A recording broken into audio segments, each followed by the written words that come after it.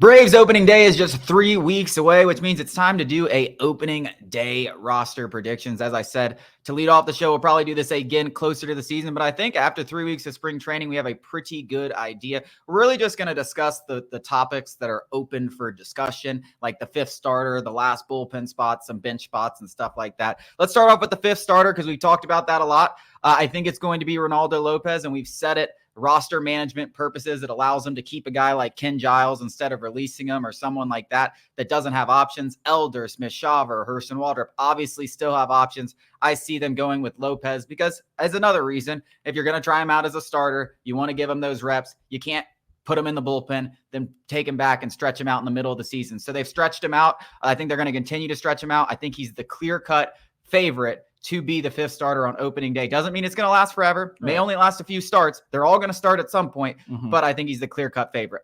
I think that even beyond that, he's just shown you he's capable of being the fifth starter. Like beyond the, yes, it makes sense for roster management purposes because of all the options the younger guys have. Like Ronaldo Lopez hasn't done anything for the Braves not to give him the fifth spot. In fact, I think he's earned it. He's looked very good. He's kissing triple digits. The stuff is there. Obviously, he might not be a 7 innings guy, but when you've got a bullpen as loaded as the Braves, all the Braves need, similar to Chris Sale, is 5 innings of your best stuff. And I've said it before, and I think that this is also very important that, and they're giving it their best run, is the young guys, Hurston Waldrop and AJ Smith-Shawver, for them to have made the opening day roster. First of all, Ronaldo Lopez would have had to not done well, and they would have had to either blown Ronaldo Lopez out of the water, or the Braves be so discouraged by Ronaldo Lopez's outings that they give one of the young guys the shot. And that just hasn't been the case. Like Ronaldo Lopez has done very well this spring. Yeah, I mean, I just think it comes down to roster management. And yes, he has done. But even if it was beyond that, he's performing well.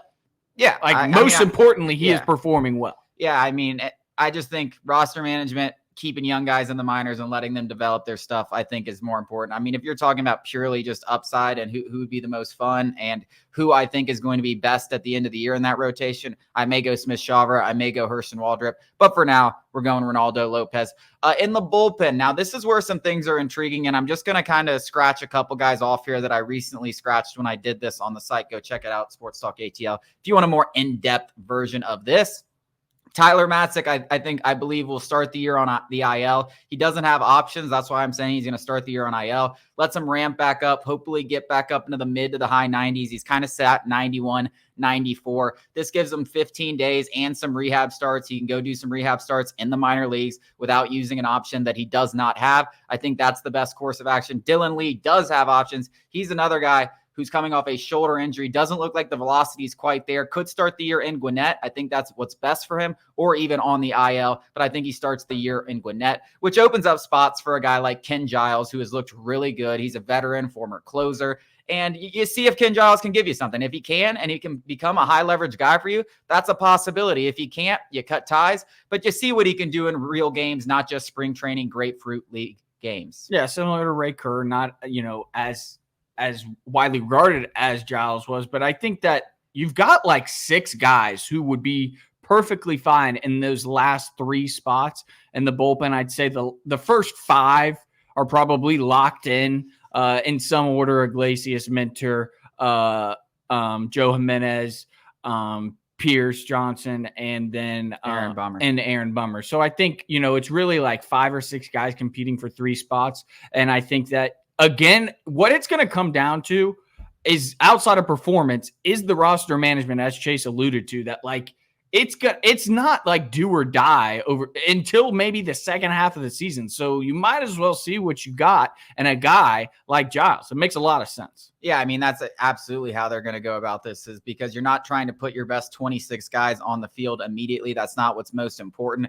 Trying to just keep them in the organization. You're trying to keep your best 32 guys in the organization and have the best 40-man roster possible, because all these guys are going to be needed at some point. Going down to the infield, you have another example of this. David Fletcher Fletcher. He's been a pretty solid utility man, was brought over in a trade from the Angels. He's probably the best option, but you have Luis Guillorme already on a major league contract. You can stash Fletcher in AAA. Fletcher's been doing great this spring training. Guillorme's been injured, but I still think if Guillorme is healthy, he's going to be the guy simply because of what we have just been saying. Roster management purposes, you can stash Fletcher away. Yeah, and he was hitting BP today on Thursday, so at least he'll have a couple of weeks, it looks like, to scratch out that roster spot. Yeah, and the final thing to talk about is the outfield. I think Forrest Wall has really established himself as a guy who can be the fourth outfielder if they do not add somebody.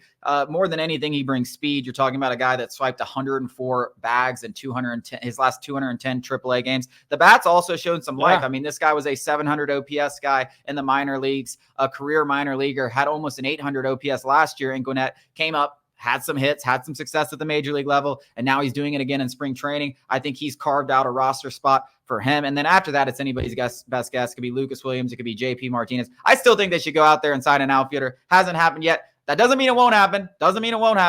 I still think they'll do it. That's my prediction. None of the guys are currently on the roster that'll have that last roster spot. Yeah, Forrest Wall has done a lot this spring training to be excited about. The coaching staff, Snit, spoke about him, how, he's taken monumental leaps in his development from last season to this season. So it does seem like, especially with the universal DH, his speed on the base pass is seriously his strongest attribute, because it's kind of more specialized, those bench roles, than, go up and get us a hit. Well, yeah, because there's no pinch hitters in today's game with the universal DH, especially when you have a lineup like the Atlanta Braves, where 1 through 9 is just about as talented as it could possibly be. Those guys play every single day, and that's kind of the unattractive aspect for a guy that wants to get playing time, coming here and accepting a bench role. But I still think as we get closer to the season, that is a possibility. Coming up after the break, we're going to discuss free agent wide receivers. Not a ton of names, but we're going to discuss the ones that interest us for the Falcons.